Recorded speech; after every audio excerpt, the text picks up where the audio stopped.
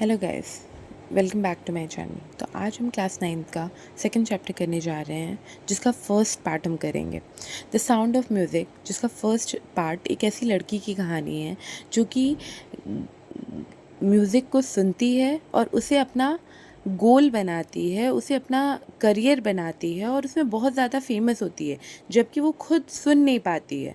मतलब सोचिए कि वो सुन नहीं पाती है और खुद इतना ज़्यादा फेमस होती है और लोगों को भी इंस्पायर करती है कि उसके जैसे कोई भी लोग अगर वो कर सकती है तो और भी लोग कर सकते हैं, ऐसी प्रेरणा लोग उससे लेते हैं। सो विदाउट वेस्टिंग टाइम हम स्टोरी को स्टार्ट करते हैं। Evelyn Glennie listens to sound without hearing it. Evelyn Glennie sound आवाज़ को सुनती हैं विदाउट हियरिंग इट, बिना सुने। God may have taken her hearing, भगवान ने उन्हें उनकी सुनने की पावर को छीन लिया होगा, but he has given her back something extraordinary, लेकिन उन्हें भगवान ने कुछ एक्स्ट्राऑर्डिनरी दिया है, अद्भुत दिया है। What we hear she feel, जो हम सुनते हैं वो फील करती हैं, महसूस करती हैं, far more deeply than any of us, और हम लोगों से कई ज़्यादा गुना गहराई से सुनती हैं। That is why she expresses music so beautifully, इसलिए वो म्यूज़िक को इतना सुंदर तरीके से व्यक्त करती हैं या एक्सप्रेस करती हैं। Read the following account of a person who fought against a physical disability and made her life a success story. तो अब इस लाइन में बोल रहा है कि हमें जो following account of a person लिखा हुआ है, मतलब एक इंसान की जो कहानी लिखी हुई है, जिन्होंने खुद की फिजिकल डिसेबिलिटी से लड़ाई करते हुए अपनी लाइफ को, अपने जीवन को क्या बनाया, एक सफलता की कहानी बनाया, सक्सेस स्टोरी बनाया। तो अब हम स्टोरी को लाइन बाय लाइन स्टार्ट करते हैं। Rush hour crowds jostle for position on the underground train platform. मतलब रश आर क्राउड्स मतलब बहुत ज़्यादा भीड़ भाड़ थी, धक्का मुक्की था। जॉसल मतलब धक्का मुक्की या पुश, रफली एक दूसरे को धक्का दे रहे थे, मतलब वो समय बहुत भीड़ भाड़ का था और वहाँ पे धक्का मुक्की हो रहा था। फॉर पोजीशन, अपनी जगह के लिए। On the underground train platform, मतलब ट्रेन प्लेटफॉर्म था जो कि अंडरग्राउंड था, वहाँ पे बहुत ज़्यादा धक्का मुक्की भीड़ भाड़ का समय था। अ स्लाइट गर्ल, एक छोटी सी लड़की, लुकिंग यंगर देन हर 17 ईयर्स, मतलब छोटी दुबली लड़की है ना, लुकिंग यंगर देन हर 17 ईयर्स, तो वो कैसी दिख रही थी, 17 साल से भी छोटी दिख रही थी। वॉज नर्वस, जो कि नर्वस थी, येट एक्साइटेड, जबकि एक्साइटेड थी। As she felt the vibrations of the approaching train, क्यों वो एक्साइटेड थी, क्योंकि जो ट्रेन आ रही थी उसके करीब, उसका उसको वाइब्रेशन सुनाई दे रहा था। It was her first day at the prestigious Royal Academy of Music in London, वो उसका पहला दिन था famous Royal Academy of Music London में। And daunting enough, daunting means क्या होता है, फ्राइटनिंग मतलब डरावना। And daunting enough for any teenager, किसी भी टीनेजर के लिए। Fresh from a Scottish farm, मतलब किसी भी टीनेजर के लिए ये एक डरावना सिचुएशन हो जाएगा। जो इंसान किसी स्कॉटिश फार्म से आया है और सीधे कहाँ आ गया है, लंदन आ गया है, मतलब ये स्कॉटिश खेत से, मतलब स्कॉटलैंड के खेतों से उठ के सीधे वो लंदन आ गया है, तो वो किसी भी टीनेजर के लिए डरावना होगा। But this aspiring musician faced a bigger challenge than most, he was profoundly deaf. पर इस टीनेजर ने और लोगों से बड़ी चुनौतियों का सामना किया है, देन मोस्ट, हम सब लोगों से। सी वॉज प्रोफाउंडली डेफ, वो पूरी तरह से क्या थी, डेफ थी, मतलब उन्हें सुनाई नहीं देता था। Evelyn Glennie loss of hearing had been gradual, Evelyn Glennie की जो ये सुनने की क्षमता थी वो धीरे धीरे गई। Had been gradual, gradual means धीरे धीरे।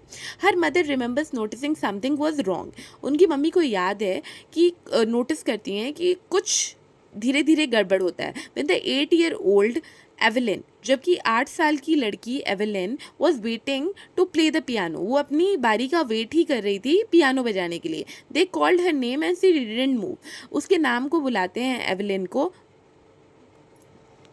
और वो मूव भी नहीं करती है, मतलब नहीं हिलती है। I suddenly realise she hadn't heard, और उनकी मम्मी को ये रियलाइज हो जाता है, समझ में आ जाता है कि एवलिन को सुनाई नहीं देता है। सेज इजेबेल ग्लिनी, इजेबेल ग्लिनी बोलती हैं। इजेबेल ग्लिनी किसका नाम है, एवलिन ग्लिनी की मदर का नाम है।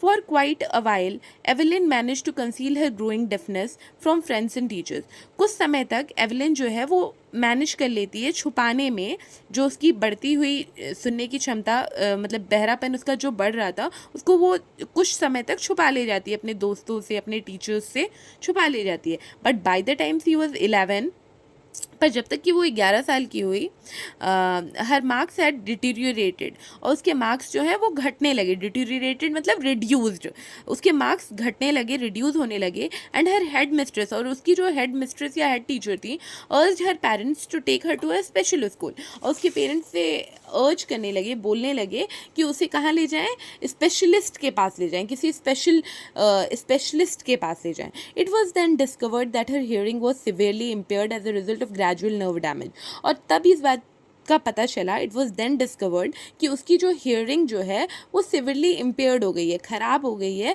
किस वजह से? धीरे धीरे उसकी नर्व डैमेज, मतलब उसकी जो नर्व्स थी, मतलब कान की जो हड्डियाँ होती हैं, नर्व्स होती हैं, नसें होती हैं, वो ख़राब होने की वजह से उसकी सुनने की कैपेबिलिटी, धीरे धीरे एबिलिटी जो है वो कम होने लगी, और उसे सुनाई देना कम होने लगा, मतलब नहीं सुनाई दिया। They were advised that she should be fitted with hearing aids, और वो लोग क्या एडवाइस करते हैं, क्या सुझाव देते हैं कि उसे क्या करना चाहिए, that they should be fitted with hearing ads, उसे हियरिंग एड्स पहनाना चाहिए, मतलब जो सुनने वाली मशीनें होती हैं वो पहनाना चाहिए। And send to a school for the deaf, और जो बहरे लोगों की स्कूल होती है वहाँ भेजना चाहिए। Everything suddenly looked black, says Evelyn, और एवलिन यहाँ पे क्या बताती है कि सब कुछ उसे काला नजर आने लगा, ऐसा एवलिन खुद बोलती हैं। But Evelyn was not going to give up, लेकिन एवलिन जो है वो हार मानने वाली नहीं थी।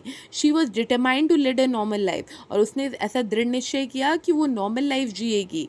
And pursue her interest in music, और अपने म्यूजिक के इंटरेस्ट को वो आगे बढ़ाएगी। One day she noticed a girl, एक दिन वो एक लड़की को देखती है कि वो जाइलोफोन बजा रही है, and decided that she wanted to play it too, और वो भी ये डिसाइड करती है, तय करती है कि वो भी उसे बजाएगी जाइलोफोन को। Most of the teachers discouraged her, और ज़्यादातर टीचर्स उसे डिस्करेज करते हैं। But percussionist Ron Forbes spotted her potential, लेकिन जो ताल वादक रॉन फोर्ब्स थे, वो उसकी कैपेबिलिटी, एबिलिटी, पोटेंशियल को पहचान लिए थे। मतलब पोटेंशियल का मतलब कैपेबिलिटी एंड एबिलिटी। तो रॉन फोर्ब्स नाम के परक्यूशनिस्ट उसकी एबिलिटी को पहचान लिए थे। तो ये वाला पॉइंट बहुत इंपॉर्टेंट है, अक्सर एग्जाम में पूछा जाता है कि हु स्पॉटेड हर पोटेंशियल, है ना। तो Ron Forbes spotted her potential कि she can do something great in music, है ना। He began by tuning two large drums to different notes. तो परक्यूशनिस्ट रॉन फोर्ब्स क्या करते हैं, दो बड़े बड़े ड्रम्स को दो डिफरेंट नोट्स में बजाते हैं। Don't listen through your ears, और वो उसे क्या समझाते हैं, अपने कानों से मत सुनो। He would say try to sense it some other way, तुम सेंस करने की, महसूस करने की कोशिश करो कुछ अलग तरीके से। सेज एवलिन, एवलिन ऐसा बताती है। Suddenly I realise I could feel the higher drum from the waist up, और फिर अचानक से एवलिन को रियलाइज़ होता है, समझ में आता है कि वो कैसे फील कर सकती थी, महसूस कर सकती थी। जो हायर ड्रम था, जो ऊंचा स्वर दे रहा था, वो कमर के ऊपर साइड से सुन रही थी, and the lower one from the waist down, और जो लोअर ड्रम था उसको वेस्ट, कमर के नीचे से सुन रही थी। फोर्ब्स रिपीटेड द एक्सरसाइज, और फोर्ब्स जो हैं वो इसी एक्सरसाइज को रिपीट करते हैं। And soon Evelyn discovered that she could sense certain notes in different parts of her body, और जल्दी ही एवलिन खोज कर लेती है कि उस डिफरेंट पार्ट्स ऑफ बॉडी में, मतलब हर एक बॉडी पार्ट से कहाँ पे क्या सुनाई देता है, उसको कौन से नोट्स सुनाई देते हैं, वो डिस्कवर कर लेती है, खोज कर लेती है। I had learn to open my mind and body to sounds and vibration, और वो ये सीख ली थी कि अपने माइंड, दिमाग को और बॉडी को कैसे साउंड और वाइब्रेशंस के लिए खोलना है, वो ये सीख चुकी थी। द रेस्ट वो share determination and hard work, और बाकी सब कुछ, मतलब कुछ तो वो सीख ली थी, और बाकी जो बचा कुछ रेस्ट था वो उसका कड़ी डिटर्मिनेशन था, दृढ़ संकल्प था, एंड हार्ड वर्क, उसकी कड़ी मेहनत थी। She never looked back from that point onwards, और उस समय के बाद से वो कभी भी पीछे मुड़ के नहीं देखी। शी टूर्ड द यूनाइटेड किंगडम, और वो कहाँ गई, यूनाइटेड किंगडम गई विद ए यूथ ऑर्केस्ट्रा, मतलब एक टीम के साथ वो कहाँ गई, ऑर्केस्ट्रा में गई। And by the time she was 16, और जब वो 16 साल की थी, she had decided to make music her life, और 16 साल साल की उम्र में उसने ये डिसाइड कर लिया कि जो म्यूज़िक है वही उसका जीवन बनेगा। She audition for the royal Academy of music, और उसने कहाँ के लिए ऑडिशन दिया? रॉयल अकेडमी ऑफ म्यूज़िक के लिए, and scored one of the highest marks in the history of the academy, और उसने सबसे ज़्यादा मार्क्स पाया जो कि अकेडमी में अभी तक हिस्ट्री में, इतिहास में किसी ने नहीं पाया था। She gradually move from orchestral work to solo performances, और वो धीरे धीरे जो ग्रुप वर्क करती थी, ऑर्केस्ट्रा वर्क करती थी, उससे धीरे धीरे अकेले वाली परफॉर्मेंस करने लगी। ठीक है, solo performances. At the end of a 3 years course she had captured most of the top awards. मतलब जब उसका 3 साल का कोर्स था, उसके अंत तक में she had captured most of the top awards, और जो दुनिया के सबसे बड़े बड़े अवार्ड्स थे वो उसे हासिल हो गए थे। And for all this Evelyn won't accept any hint of heroic achievement, और ये सब चीज़ के लिए एवेलिन किसी तरह का हीरोइक अचीवमेंट नहीं चाहती थी। If you work hard, Evelyn बोलती है कि ये कोई बहुत बड़ा कारनामा उसने नहीं किया है। अगर आप कड़ी मेहनत करोगे, if you work hard and know where you are going, और तुम्हें पता होगा कि तुम कहाँ जा रहे हो, यू विल गेट देयर, तुम वहाँ पहुँच जाओगे।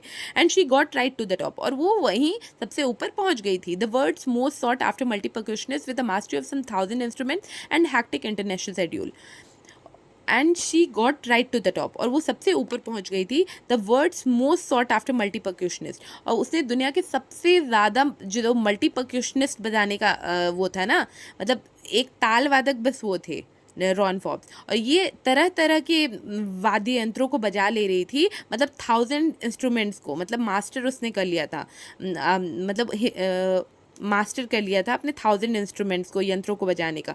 एंड हैक्टिक इंटरनेशनल शेड्यूल, और उसकी कड़ी कड़ी इंटरनेशनल शेड्यूल, विदेशों में यात्रा हुआ करती थी। It is intriguing to watch Evelyn function so effortlessly without hearing. तो ये फैसिनेटिंग, मतलब बहुत अट्रैक्टिंग था एवेलिन को उस तरह काम करते देख, वो इतना आसानी से विदाउट हियरिंग, मतलब एवेलिन को इस तरह देखना बहुत ज़्यादा आकर्षक था कि एवेलिन इस तरह से काम कर रही है इतना आसानी से विदाउट हियरिंग, बिना सुने। In our 2 hour discussion she never missed a word, और 2 घंटे की डिस्कशन में एवेलिन ने एक भी शब्द मिस नहीं किया। लेकिन एवेलिन ये ज़रूर बोलती है कि man with busy beards give me trouble, man जिसकी बड़ी बड़ी दाढ़ी होती हैं वो मुझे परेशानी देते हैं। शी लाफ्ड, वो हंस के बोलती है। It is not just watching the lips, ये सिर्फ क्या होता है कि सिर्फ लिप्स को देखना नहीं होता है। जब किसी की बड़ी बड़ी दाढ़ी होती है तो सिर्फ होठों को नहीं देखना होता है, इट्स द होल फेस, तब पूरे चेहरे को देखना पड़ता है, और स्पेशली आँखों को। She speaks flawlessly with a Scottish lilt, और वो बहुत क्लियर तरीके से बोलती है, स्कॉटिश तरीके से, मतलब लिल्ट जो उसका लहजा था वो स्कॉटिश का था, क्योंकि वो कहाँ से आई थी? स्कॉटलैंड से आई थी। स्टार्टिंग में स्टोरी में बताया गया स्कॉटिश फार्म, तो वो स्कॉटिश लिल्ट, मतलब उसके बोलने के लहजे में कौन सा तरीका था? स्कॉटलैंड का तरीका था। माई स्पीच इज़ क्लियर, उसके वो ये बताती है कि वो उसके बोलने का तरीका क्लियर है, क्योंकि because I could hear till I was 11, मैं क्योंकि सुन सकती थी जब तक कि मैं 11 साल की थी। तो मतलब वो ऐसा नहीं है कि वो बचपन से नहीं सुन पाती थी, वो 11 साल तक उसको सुनाई देता था, वो ऐसा बताती हैं, इसलिए वो बोल बहुत क्लियर लेती हैं। But that doesn't explain how she manage to learn French and master basic Japanese, लेकिन ये इस बात को एक्सप्लेन नहीं करता है, समझा नहीं पाता है कि कैसे उन्होंने फ्रेंच और बेसिक जापानीज़ सीखा। एज़ फॉर म्यूज़िक, और म्यूज़िक की जहाँ तक बात है, शी एक्सप्लेन्स, वो बताती हैं, it pores in through every part of my body, और जो म्यूज़िक की बात है जहाँ तक, तो वो बताती हैं कि म्यूज़िक जो है वो उनकी हर बॉडी पार्ट में घुसता है ना, पोर करता है। इट टिंगल्स इन द स्किन, और स्किन जो उनकी त्वचा है उसमें टिंगल करता है, वाइब्रेशंस पैदा करता है ना।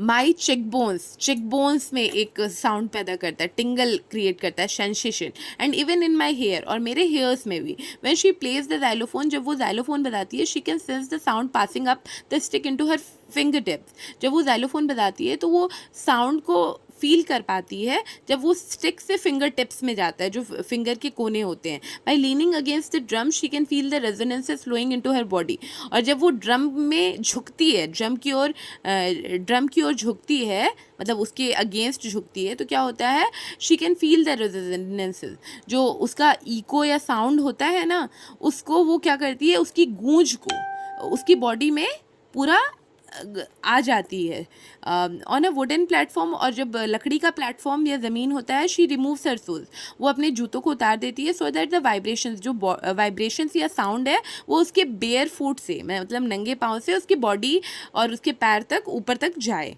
तो मतलब वो म्यूज़िक को फील कर पाए। देन अभी हम लास्ट में नेक्स्ट पैराग्राफ देखेंगे। Not surprisingly Evelyn delights her audiences. ये कोई सरप्राइज होने की बात नहीं है कि एवेलिन जो है वो अपने ऑडियंसेस को बहुत डिलाइट करती थी, खुश रखती थी, मतलब ऑडियंसेस उसको पसंद करते थे।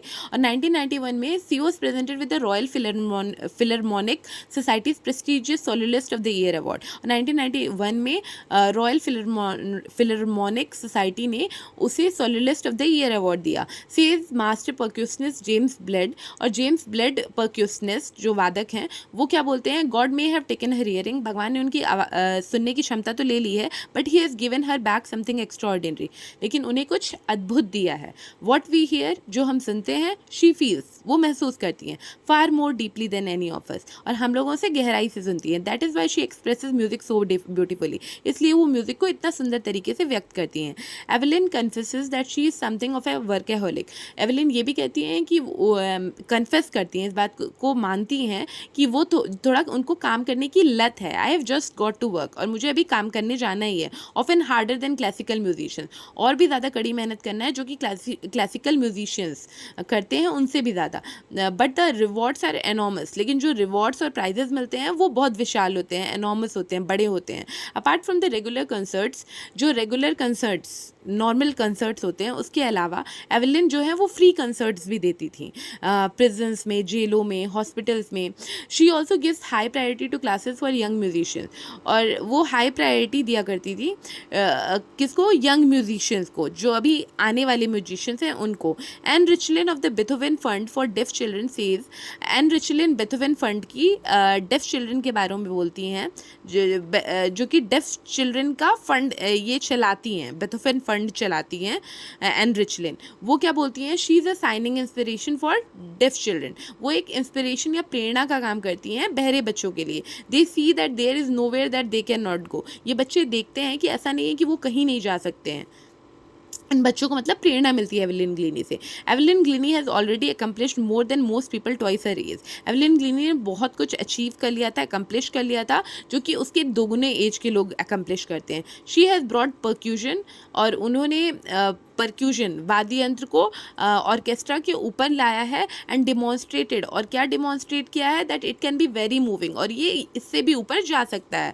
सी has given inspiration to those who are handicapped, और उन्होंने उन्हें भी प्रेरणा दी है जो कि हैंडीकैप्ड हैं, विकलांग हैं। People who look to her and say if she can do it, लोग ये भी कहते हैं और देखते हैं और बोलते हैं कि अगर वो कर सकती हैं, आई कैन, मैं भी कर सकता हूँ। एंड नॉट द लीस्ट, और इतना ही नहीं, she has given enormous pleasure to millions, उन्होंने बहुत लोगों को बहुत खुशियाँ दी हैं, मिलियंस ऑफ पीपल को, by Deborah काउली।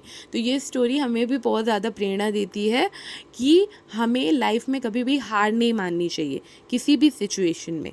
So thank you everyone for watching till the last. और अगर आपको ऐसे ही फुल वीडियो एकदम फुल एक्सप्लेनेशन के साथ चाहिए, लाइन बाय लाइन एक्सप्लेनेशन, तो आप चैनल को सब्सक्राइब कर सकते हैं। और आप ये भी बताइएगा कि अगर क्वेश्चन आंसर चाहिए तो कमेंट सेक्शन में ज़रूर बताइएगा, मैं क्वेश्चन आंसर भी दूँगी। Thank you.